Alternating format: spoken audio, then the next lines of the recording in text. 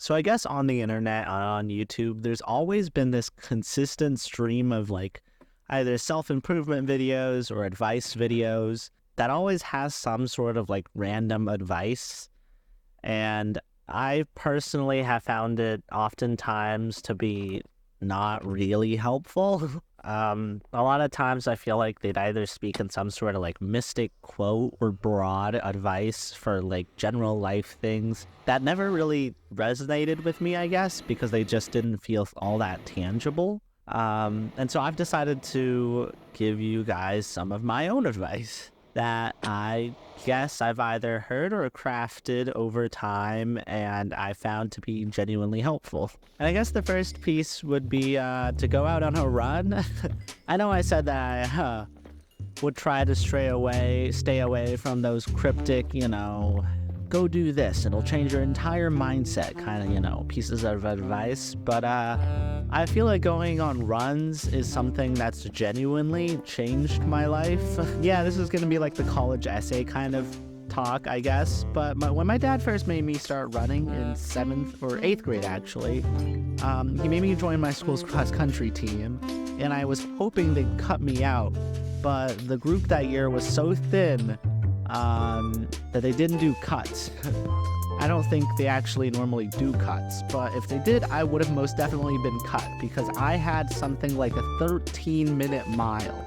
I remember bragging to some of my friends, even on my online friends, that I had a 1340 mile and being kind of proud of it.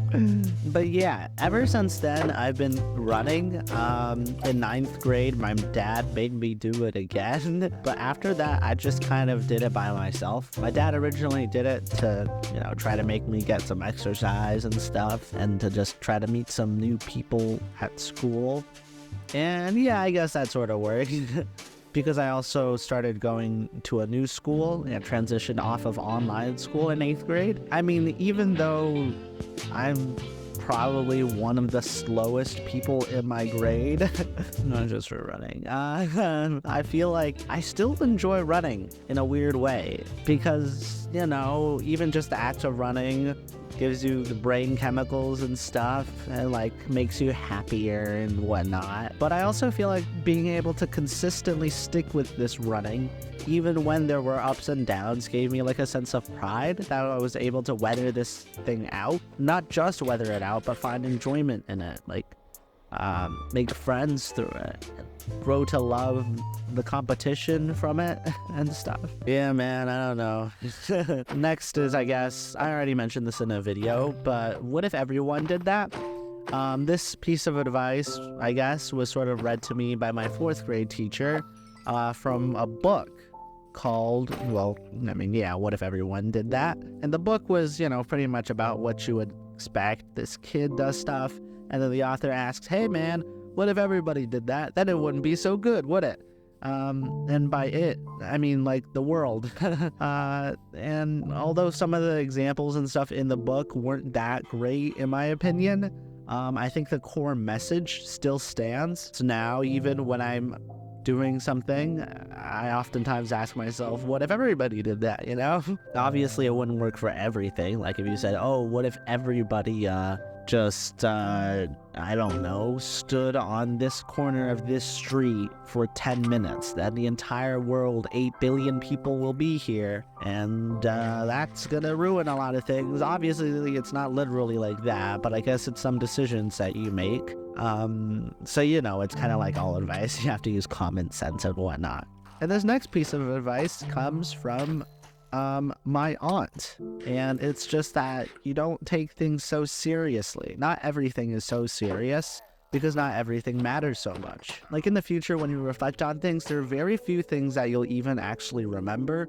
And I mean, yeah, you'll remember a lot of the embarrassing parts, but a lot of other people won't remember those things. It's not that serious, and if you're able to learn how to laugh at life and kind of view it through the lens of almost a comedy, then I feel like that helps a lot of things. I personally used to kind of struggle with things because I lose myself in the moment, the heat of things.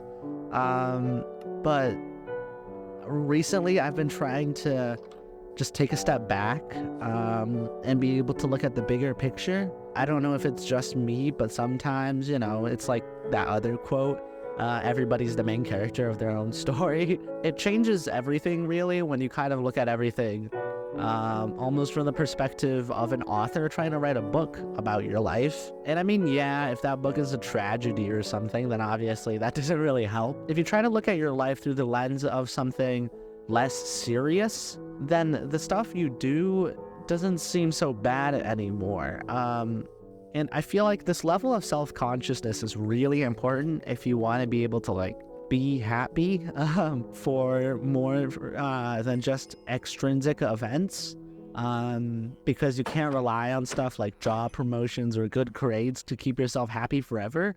And this is just how I've dealt with making myself happy. I don't really know if this works for you, but does for me. And yeah, that ties into the next quote, I guess, that no amount of anxiety will really change the future, because you can do all the worrying you want. And the truth is, things pretty much never happen to be as bad as you imagined it. It's never the worst case scenario. All those situations you imagined, they didn't come true. None of the really bad ones came true. And I mean, when I was younger especially, whenever I did something wrong or I got in trouble for something, I'd always imagine the worst case scenario, and I wouldn't be able to take myself out of the heat of the moment, and I'd get so worried, and then in the end it turned out okay. And all that worrying just didn't really amount to anything. And that sort of ties into my next piece of advice again, which is to sort of ask yourself if you're even going to remember this. Started asking myself this more often, I think, and it's that if I look back on this moment from the future, a week, a month, a year, 10 years, am I even going to remember what this was for? For example, by recording this video, I'm preserving kind of the memory of this moment, I guess. So this is something I'll be able to remember, albeit even with this video as sort of like an artificial reminder, if that makes sense. But if I were to do something like doom scroll through social media or something for an hour and a half, that would have really amounted to nothing. And I probably wouldn't even be able to tell you what I was watching, even if you asked me just a couple of minutes later. So yeah, that's just a guardrail that I've sort of installed to keep myself on track. And obviously it doesn't work all the time, but that sort of ties into my next piece of advice, which is to remind yourself that, in the end, there's always a choice. You're really in control of these decisions. I mean, obviously not the bigger ones. With all advice, you can find loopholes and stuff. But for the smaller things, like whether I choose to watch the next video or not, that's my decision. Whether I choose to spend an hour on this or not, that's also my decision. And I might be making the wrong decision right now by spending this time making this video, but hopefully not. The time will pass all the same is this really nice quote that I think I read on Reddit a while ago. And ever since then, it's just stuck around in my mind. I've also made a video about this, and it's one of the better performing videos on my channel, but I figured I just might as well say it again here in case anybody hasn't seen that video. It's kind of an extension of whether or not you're going to remember this moment. There's always tasks that seem too big to start, or too daunting, or things that won't really come to fruition ever, maybe, and you just need to put a lot of time and effort into doing it. And I mean, yeah, the time will pass all the same though. For example, going to the gym is something that I told myself I was going to start doing, and then I sort of talked myself out of doing it because it would have just taken a long time, and I've always been so skinny, and it'd probably take too long, for me to get anywhere out of it. But that time will pass all the same. Whether or not you do your homework now or in 2 hours, for example, I mean, it is a choice, but those 2 hours are going to pass all the same, and then the difference is you don't have your homework at the end of the 2 hours, so you might as well just do it now. And that brings us to my last piece of advice. Yay. And that's that you really do become what you believe. I know this is said all the time, that you just have to believe, believe, believe. And it's kind of hammered home through pop culture and stuff too, but it really is true. It's genuinely true. I myself have kind of struggled with this, especially because I used to mistake self-deprecation humor with being depressed.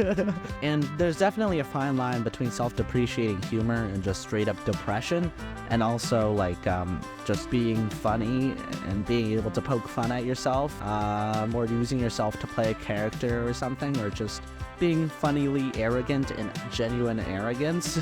So I used to always get worried that I'd just become arrogant and spiral into this egotistic, self-centered person. But no, there's a thing that's just believing yourself, and then there's a line that, you have to cross to become egotistical. If you're reflecting on whether or not you are egotistical, it's kind of a paradox, because then chances are that reflection means you aren't really egotistical, in most cases at least.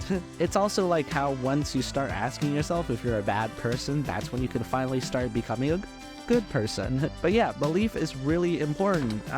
Just for example, I didn't believe really that I could break 6 minutes in the mile because I was so slow at running.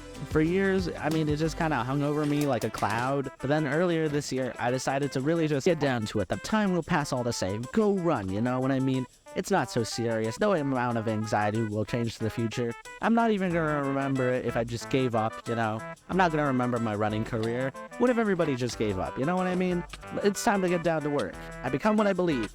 But yeah, that was a kind of cheap way of working everything together. I really tried to run. I really did try to run. And I did break 6 in the mile. And obviously, just showing up for practice and stuff did play a factor in breaking 6 minutes in the mile. But without that self-belief, it wouldn't have been possible. It's kind of the inciting spark that you really need, because if you don't believe that you can do something, then you won't even really try to do something. And that's what I've gotten so frustrated about, because some people will just like this inability or unwillingness to care as a layer of self-defense from failure. For example, at debate tournaments, too often I see people, sometimes even some partners that I've been with, just give up and just tell themselves, oh, I don't want high expectations for this tournament, after I say, oh, this is it, this is the tournament, we can break in this tournament because it's not that hard of a tournament, there's plenty of other people. And I just hate seeing them like brush it off and tell themselves that, oh, actually I'm just setting my expectations low and I don't want to believe that we can break. That's not setting your expectations low. That's just making yourself not care so that you have this barrier, you have this defense in case you don't break, in case you don't win. And the thing is, if you keep on setting that up, yeah, you're not going to win. You're not going to break because you don't even act like you care. And yeah, I guess that got a little personal at the end. But thanks for watching. I hope you enjoyed. This is a bit of a longer video. But yeah, I'll see you guys later. Adios.